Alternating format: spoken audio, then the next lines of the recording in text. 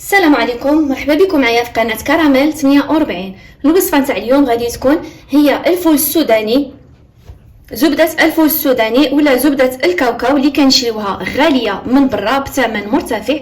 علاش ما نصاوبوهاش في دارنا؟ كتكون صحيه اكثر وبدون مواد حافظه وبثمن غادي تنقام لينا بثمن اللي هو قليل، وكتجي تماما تبقى الاصل على اللي كنشريوها.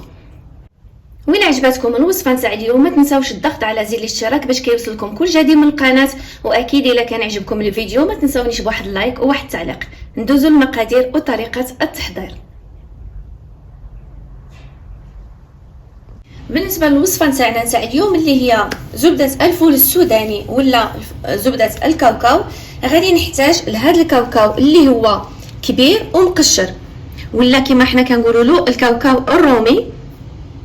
هذا هو الكاوكاو اللي كيصلح لنا في هذه الوصفه. غادي كنمسحوه كنقيوه. غادي نحتاج فقط واحد 2 معالق ولا 3 نتاع الزيت الروميه، ماشي الزيت البلديه، باش كيجينا نفس المذاق ديال نتاع زبده الفول السوداني. وغادي نحتاجو واحد معلقه اللي كبيره من العسل، ومن الاحسن تكون من النوعيه الجيده.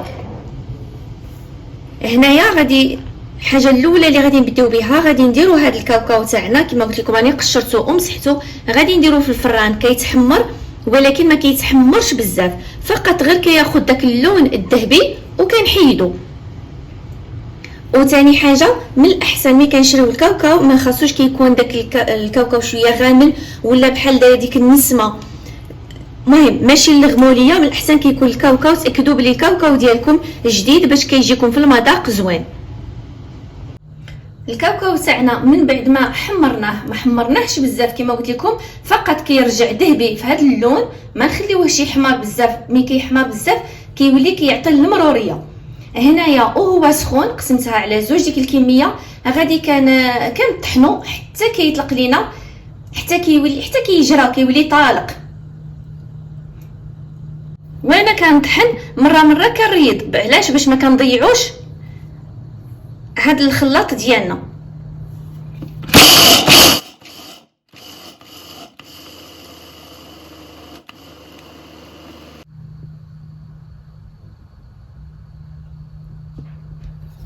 راه الا ما كانش سخون وطحنتوه راه ما كيتطحنش لكم دغيا. مره كنحاولوا كنهبطوا هاد الجناب ديالو باش كلشي كيتخلط كيتطحن ضربه واحده. وانا كنطحن كما قلت لكم عندي 2 معالق حتى 3 ديال الزيت الروميه. غادي نضيف المعلقه الاولى باش كتساعدنا على الطحين، ونولي ثاني كنخلط.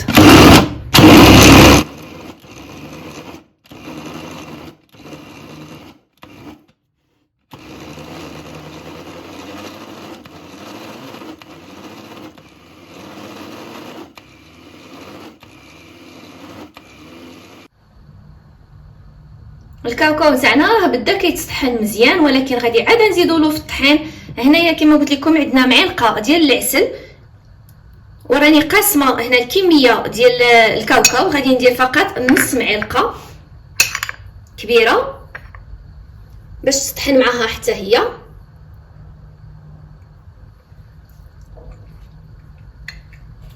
ونضيف معاها اللي كيعطيها البنه. السر نتاع هذا الكاوكاو هو هاد الرشيشه ديال الملح، ضروري من هاد الرشيشه نتاع الملح هي اللي كتعطيه ديك البنه.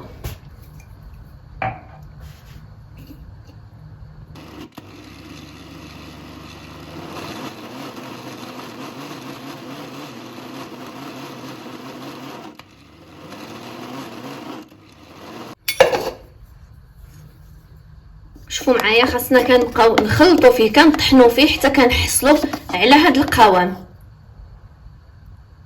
راها واخا كتبان لكم دابا راها خفيفه شويه، ولكن راها ملي غادي تبرد شويه غادي تولي ثقيله.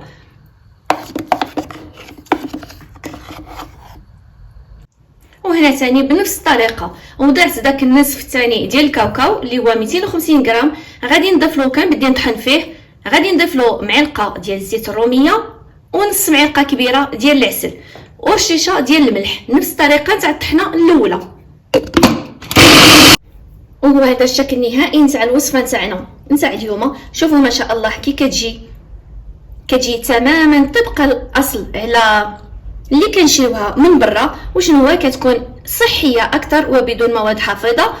وهي بشحال ما جلسات راه غادي كتزيد تبرد لينا، لانه راه عاد باقي داك الكاوكاو سخون وكتبقى شويه هكا خفيفه، غادي غير تبرد وكتشد راسها. وهذه هي الكميه اللي عطاتهاني 500 غرام من الفول السوداني ولا الكاوكاو. كنقدمها لكم بالصحه والراحه. غادي نقول لكم دمتم في حفظ الرحمن، مع السلامه والى فيديو قادم ان شاء الله.